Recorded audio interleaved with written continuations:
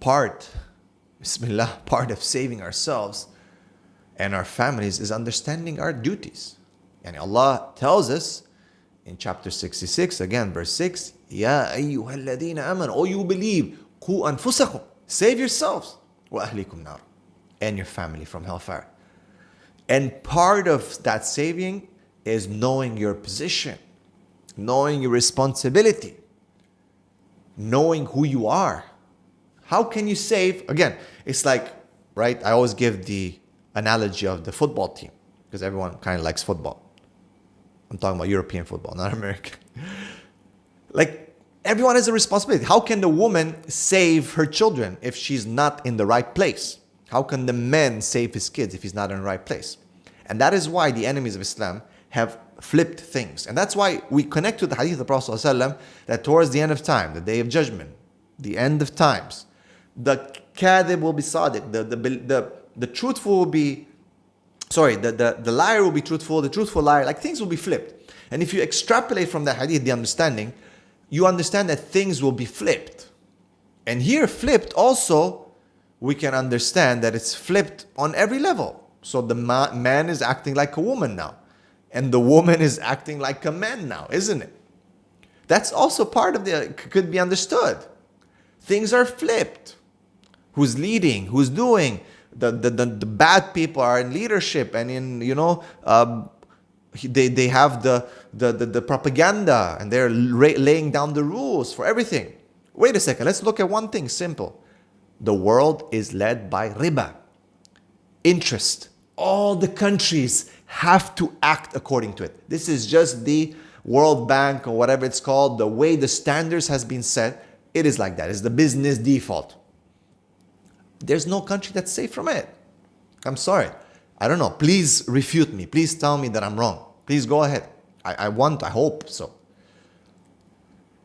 And people don't care. Muslim countries are like, we're Muslim. But, it's just because you put Islam in front of bank, the word bank does not make it halal. Anyway, it's beyond the scope of our discussion.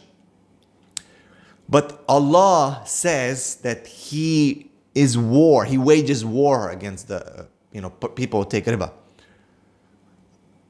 Harbi min Allah wa Rasuli. This is harb, it is war from Allah and His Messenger. And the hadith goes even more. You begin a sword on the Day of Judgment to fight. Look at what it is. And we don't care. We don't care. Because the thing is put in the wrong place. It doesn't matter. So if we don't know our position and where we're supposed to be in this equation, then how can we establish a good family or a good ummah if we're failing at putting the right things in the right place? And that's what the scholars say for hikmah, putting the right thing in the right place, right time, right? So we connect then to the hadith, the Sahih hadith, about kullukum ra'i. Every one of you is a shepherd. Kullukum ra'i. Everyone is a shepherd. Every single one. Me, you, the wife, the husband, everyone. Wa kullukum mas'ul. Everyone is mas'ul. You are responsible, or mas'ul, will be questioned, will be asked a question. Okay, you will be asked about it. Su'al is a question, so you will be questioned about his flock. And then he said, the leader is a shepherd and is responsible for his flock. Simple. Right? We wouldn't want to be them. A man is a shepherd of his family. Oh, look, everyone is in his place. The leader is in his place. A man is responsible and he's a shepherd for his family. And he's responsible for his flock. So he's in the right place. Okay. So now, wait a second. What if the woman is leading the family? She's wearing the pants, as some people say, right?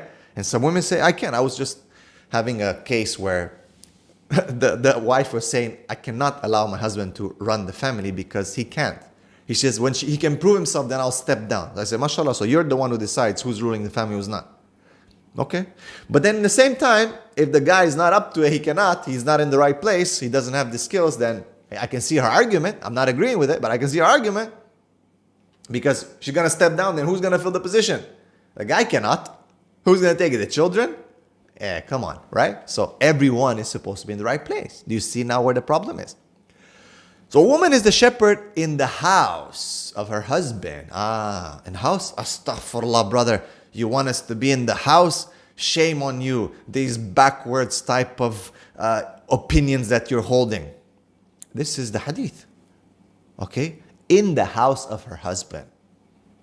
Okay, not in a hotel room, not in a massage place, not somewhere outside there with a miniskirt and business suit, attracting the attention on TikTok, on Instagram, in the house of her husband. And she is responsible for her flock, i.e. who? Children. This is what Allah has given you. But people don't want to accept. That's why Islam is called Islam, Taslim, submission. Oh, I don't like it. I want to be there because I'm watching all these TikTok, Instagram, dancing around, whatever girls. I want to be like them. They got 300,000 followers, man. A lot of likes and hearts. And wow, I want to be like that too. And you don't even know. It's in the back of your mind, your subconscious. Right? She's responsible for her flock. A servant is the shepherd of his master's wealth and is responsible for it. That person has their job and their duty, yes? Each one of you is a shepherd and is responsible for his flock, says the hadith. كما قال عليه الصلاة والسلام, as the Prophet said.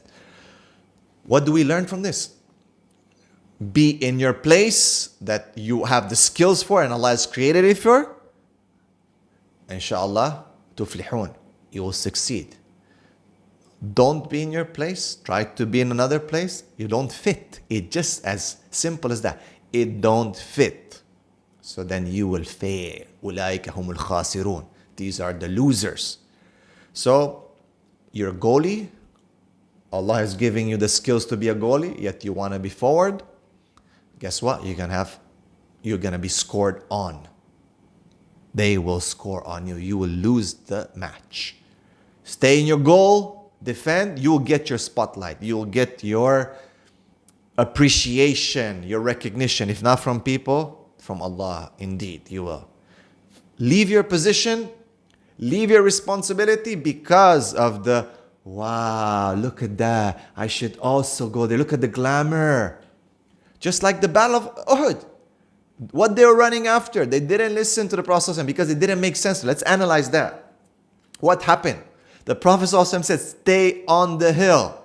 Because he has not only sight, he has insight. He has far sight. He has everything that Allah has given him. So he had the strategy. He is receiving the revelation. So the people, the archers were positioned on the hill.